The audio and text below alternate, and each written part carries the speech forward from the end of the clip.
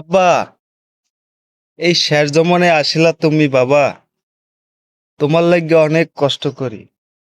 তুমি কি আমারে, আমি যদি বুড়া হইয়া যাই, তুমি কি আমার জিগাবা?